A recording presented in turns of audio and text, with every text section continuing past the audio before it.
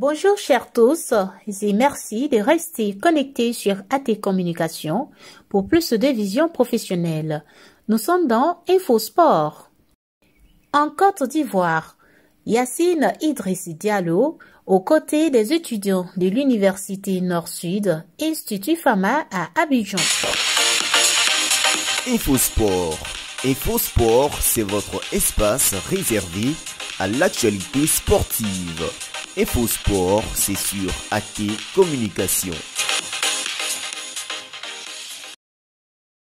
Le président de la Fédération ivoirienne de football, Yacine Idriss Diallo, a été accueilli chaleureusement ce mercredi 14 juin 2023 par les dirigeants et les étudiants de l'Université Nord-Sud, Institut Fama, dans la commune de Cocody, Riviera-Bonoumé.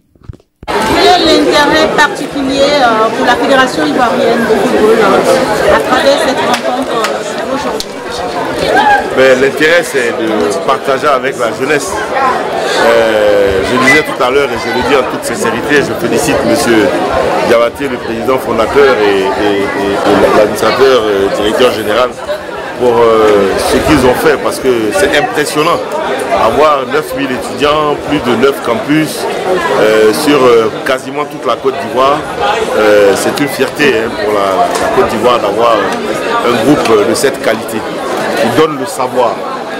Donc quand j'ai été invité, j'ai répondu tout de suite favorablement, parce que c'était pour moi une façon de contribuer humblement à la formation académique et puis à l'ouverture sur la vie de ces jeunes gens.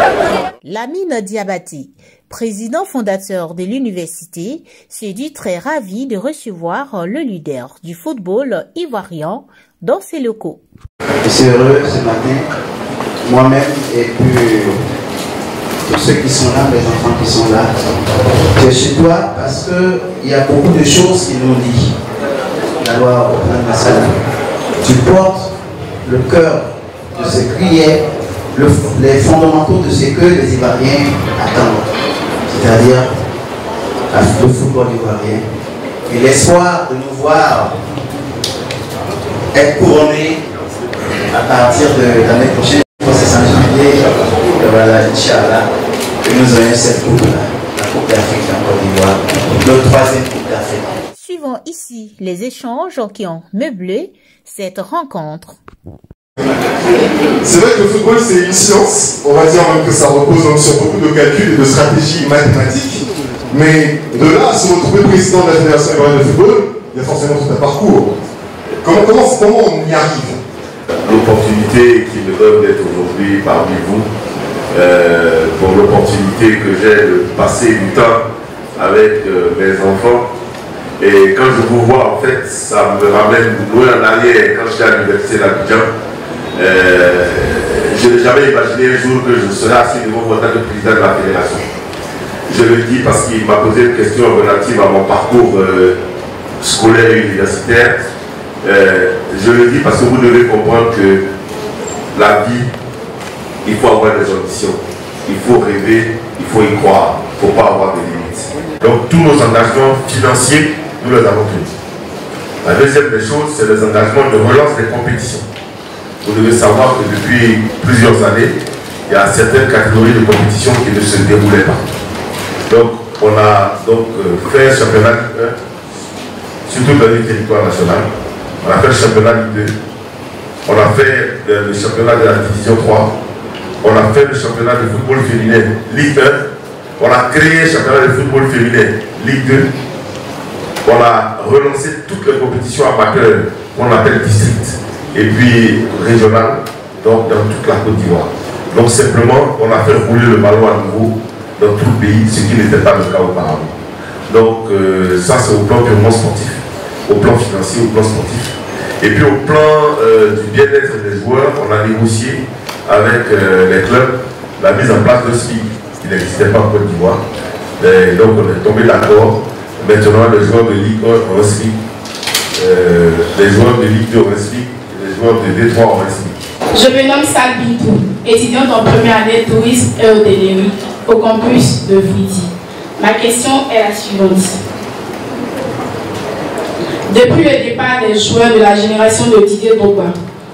Pourquoi la Côte d'Ivoire n'a-t-elle plus assisté à une Coupe du Monde? Quel est le réel problème? À qui la faute? Et apparemment ta question était attendue. Tu as réveillé la salle. Non, ce qu'il faut savoir, c'est que le football, c'est comme l'école. Il n'y a pas de génération spontanée. Tout se prépare. Vous avez cité une génération de joueurs. Mais cette génération de joueurs a été préparée. Mais même quand vous préparez une génération de joueurs, vous n'êtes pas sûr que cette génération atteindra le niveau escompté. Parce qu'en face de vous, d'autres générations, d'autres pays se préparent. Donc cette génération que vous avez citée, qui a joué, je suis à l'aise parce que c'est nous qui les avons eu en équipe nationale de 2004 à peu près à 2014. C'est une génération qui avait été très bien préparée par la SEC Mimosa.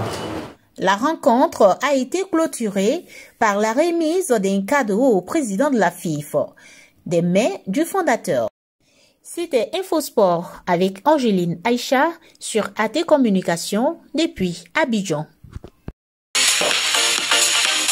Infosport. Infosport, c'est votre espace réservé à l'actualité sportive.